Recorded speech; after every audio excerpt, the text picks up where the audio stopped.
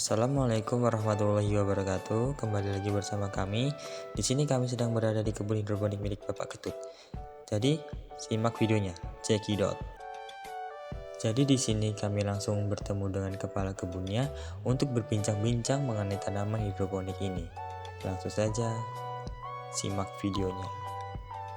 Sebelumnya, saya akan menjelaskan mengenai hidroponik sebagai alternatif pertanian berkelanjutan.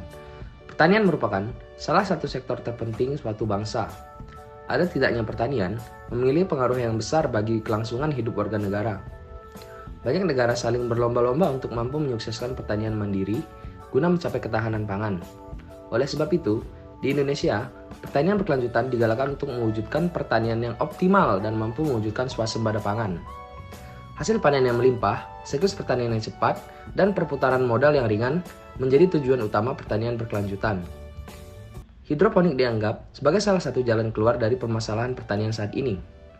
Meski banyaknya teknologi lain yang berkompetisi memenangkan eksistensi di mata petani, nyatanya hidroponik menjadi pilihan utamanya. Hidroponik mampu menjadi alternatif pertanian berkelanjutan di masa yang akan datang. Hal ini dibuktikan dengan sudah berkembangnya penggunaan budidaya hidroponik di beberapa negara. Bahkan, di antaranya sudah berkembang pesat dan mengekspor hasil pertaniannya di negara lain. Hidroponik merupakan teknik pembudidayaan tanaman dengan menggunakan media, yaitu media air, tanpa menggunakan media tanah. Teknik bercocok tanam ini juga sering disebut dengan teknik soilless. Tanah yang sering disebut sebagai faktor utama penyokong unsur hara untuk menunjang nutrisi tanaman, nyatanya dapat digantikan dengan peran air. Berikut perbedaan penanaman secara hidroponik dan penanaman di tanah. Yang pertama, penanaman secara hidroponik itu lebih bersih dan semuanya dalam keadaan steril, sedangkan penanaman di tanah tidak steril. Yang kedua, nutrien yang digunakan secara efisien oleh tanaman. Sedangkan di penanaman di tanah, penggunaan nutrien oleh tanaman kurang efisien. Yang ketiga, nutrien yang diberikan sesuai dengan yang dibutuhkan tanaman, karena tidak ada zat lain yang dapat bereaksi dengan nutrien. Sedangkan penanaman di tanah, nutrien yang diberikan dapat bereaksi dengan zat karena terdapat zat lain di dalam tanah, karena tanah tidak steril. Yang keempat, penanaman secara hidroponik itu bebas dari gulma, sedangkan penanaman di tanah masih banyak gulma di sekitar tanaman. Yang kelima, penanaman secara hidroponik, tanaman lebih jarang terserang hama dan penyakit. Sedangkan jika penanaman di tanah, tanaman lebih sering terserang hama dan penyakit. Yang keenam, pertumbuhan tanaman lebih terkontrol. Jika penanaman di tanah, pertumbuhan tanaman kurang terkontrol.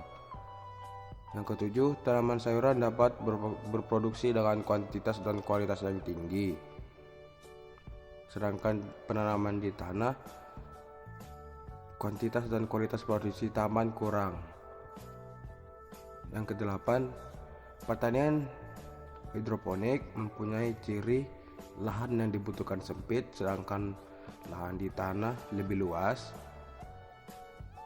Kesuburan dapat diatur, tetapi jikalau di tanah mengandalkan unsur tanah saja.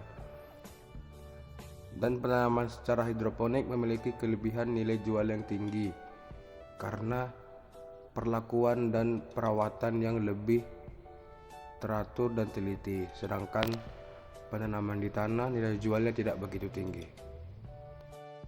Berhubung pemilik kebun hidroponik ini berhalangan hadir, maka kami digantikan oleh dua narasumber yang berbeda. Di sini kami langsung bertanya, apakah yang melatar belakangi pembuatan kebun hidroponik di sini? Yaitu ada dua. Yang pertama, kualitas tanaman jauh lebih baik dibandingkan tanaman yang ditanam di tanah. Yang kedua, pemilik kebun hidroponik ini suka menanam, sehingga muncullah ide membuat hidroponik seperti saat ini. Jadi kalau tanaman hidroponik jadi sudah pasti lebih gitu ya? Lebih higienis yang pertama, Ya. cepat pertumbuhannya itu lebih cepat, perkembangannya juga lebih cepat gitu. Terus kalau keuntungan sama kekurangan dari tanaman hidroponik ini apa sih Mbak? keuntungannya yaitu tadi perkembangannya itu lebih cepat, gedenya itu lebih cepat. Bahkan setiap harinya itu tingginya sama besarnya itu ada peningkatan, entah 1 cm, 2 cm atau setengah cm itu pasti ada. Itu Jadi- keuntungannya. Jadi perbedaan sama kita nanam di tanah sama secara hidroponik ini sangat jauh gitu Mbak ya? Jauh. Yang kedua juga hamanya juga. Kalau di hidroponik ini hamanya tuh minim sekali. Jarang sekali terkena hama. Ya ada hama, cuman nggak kayak sebanyak tanaman yang di tanah. Tanah, ya. Ya gitu. Terus kalau buat pupuk terus kayak perawatan itu?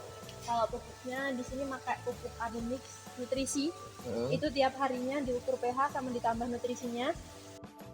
Di sini kami sedang melihat berbagai tanaman yang ada di kebun hidroponik ini, yang begitu segar dan siap untuk dipanen.